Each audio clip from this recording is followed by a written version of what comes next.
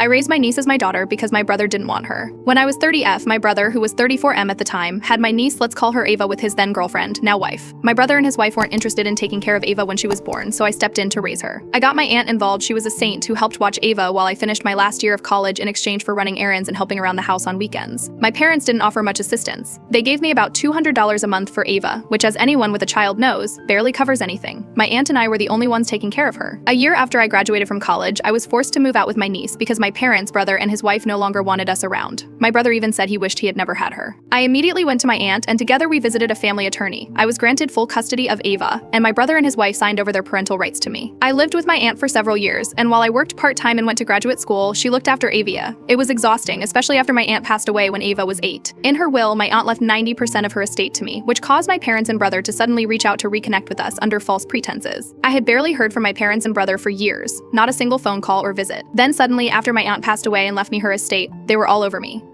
At first, it seemed like they wanted to mend things. My parents invited me and Ava over for dinners, and my brother acted like he wanted to spend time with his daughter for the first time in her life. I was cautiously hopeful, but things soon took a darker turn. One evening, my parents invited us over for what they said was a family get-together. I arrived with Ava, expecting a quiet evening, but instead, they had a lawyer waiting at the house. My parents and brother sat me down and told me they believed the inheritance should be redistributed. Because after all, family comes first, they suggested I should give the majority of the estate to my brother, claiming that Ava would need him in her life for support now that she was growing older. I was stunned. They weren't trying to reconnect out of love or guilt, they were after my aunt's money.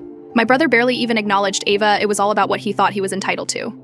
I refused, of course. I told them that my aunt left her things to me because she knew who really took care of Ava and who didn't. That's when things got especially shocking. My brother lost his temper and stood up, shouting that Ava wasn't even his daughter. He claimed that his ex had told him during a fight that she wasn't sure if he was the real father, and that's why he didn't care about her. My parents sat there silently, not defending me, not defending Ava, just hoping I would hand over the money to keep the peace. I grabbed Ava, who had overheard everything, and left immediately. It was clear they had never cared about her or me, they only cared about themselves and the inheritance. Since that night, I've cut off all contact with them. Ava is now 14, and although she was heartbroken to hear those things, she knows that I will always be her mother, the only parent she's ever had.